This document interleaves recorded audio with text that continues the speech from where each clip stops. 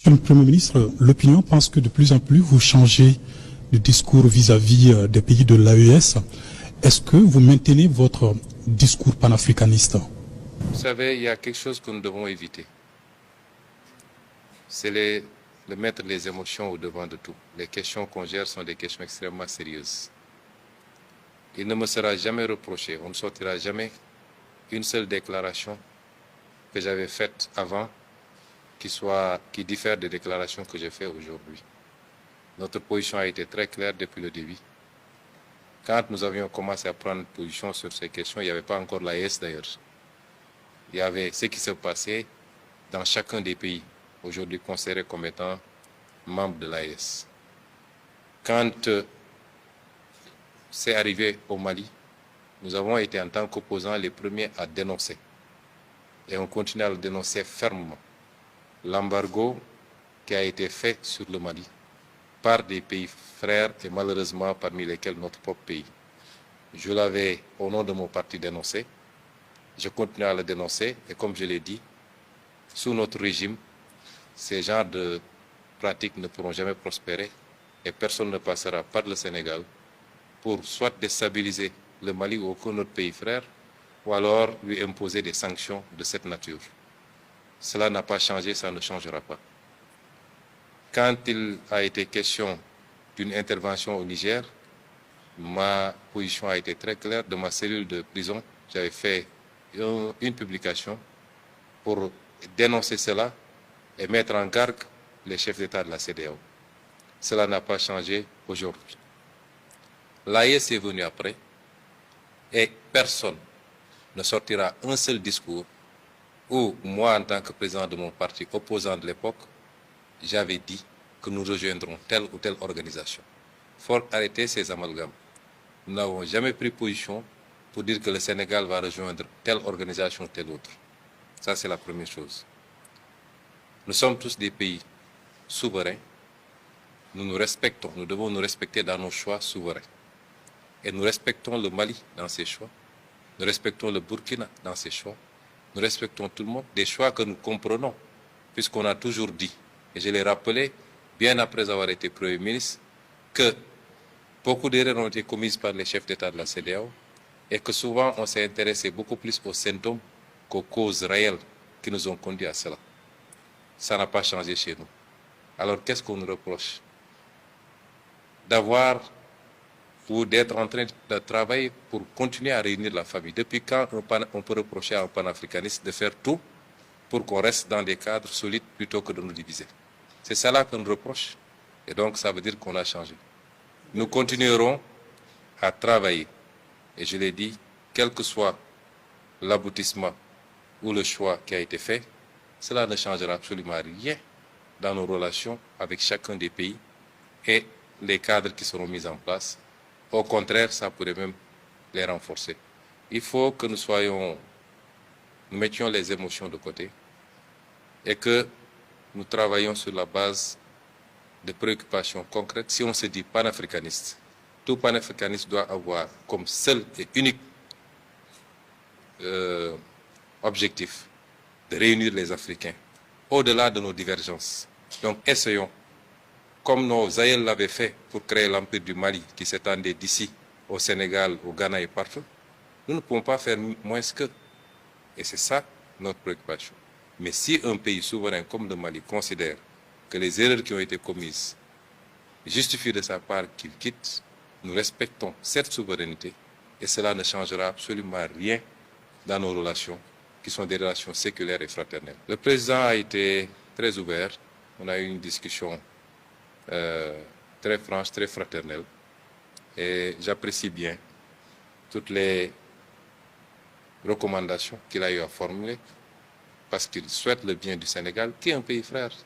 Donc, les alertes sur ce phénomène de terrorisme et son évolution, les recommandations qu'il a données, et surtout, on est sur la même longueur d'onde qu'entre le Sénégal et le Mali.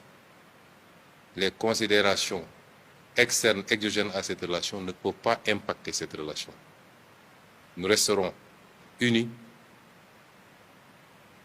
conformément aux réalités géographiques, historiques, économiques sociétale même, qui nous impose d'être deux pays très unis et de continuer à coopérer dans tous les plans. Et ça, c'est extrêmement fort. Je sors d'ici avec la certitude qu'on a exactement la même compréhension de ce que devrait être. Vous avez bien entendu le discours du Premier ministre sénégalais Ousmane Sonko lors de sa visite au Mali.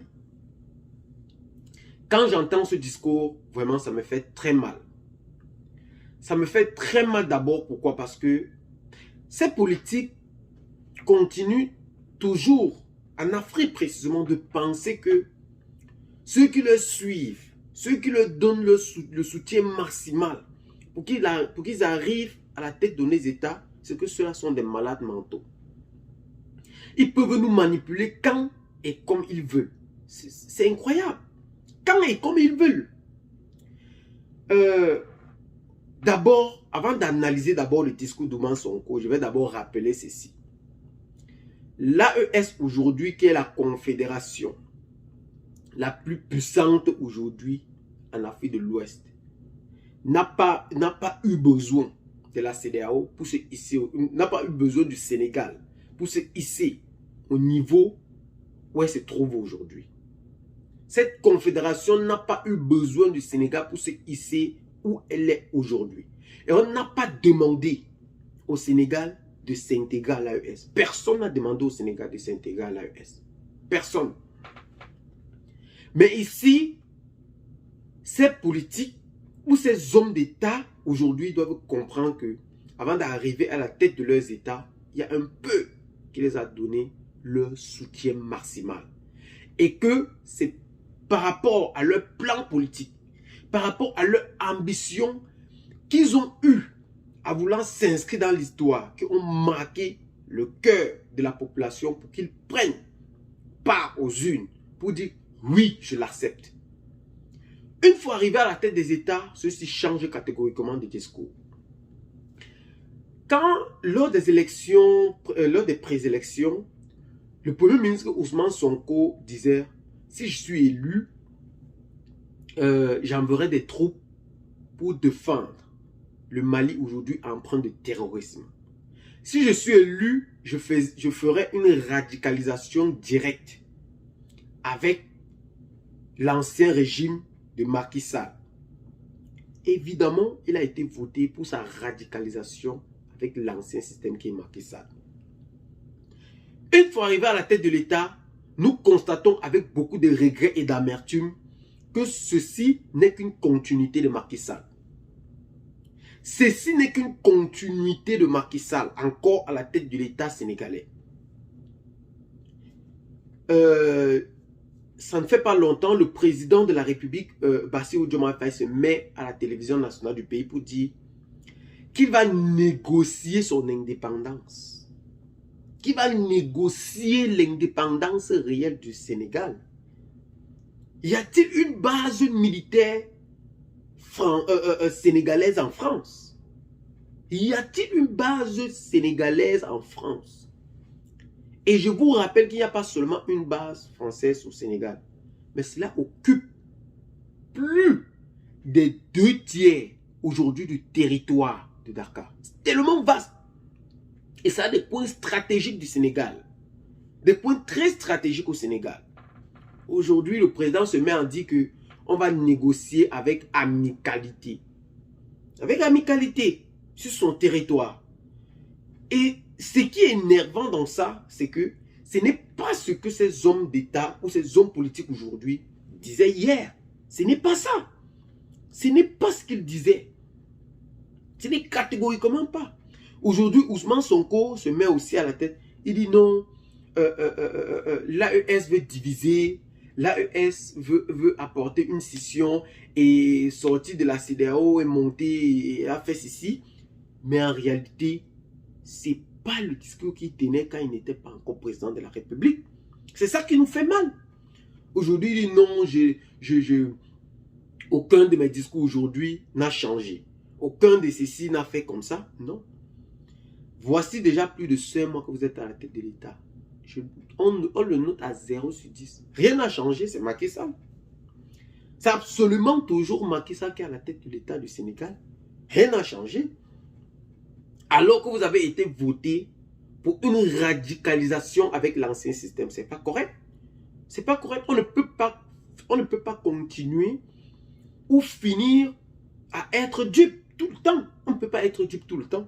Si on vous a voté, c'était par rapport à votre programme panafricaniste que vous avez mis sur pied. Vous avez mis sur pied un programme panafricaniste que le peuple a dit oui, je l'accepte.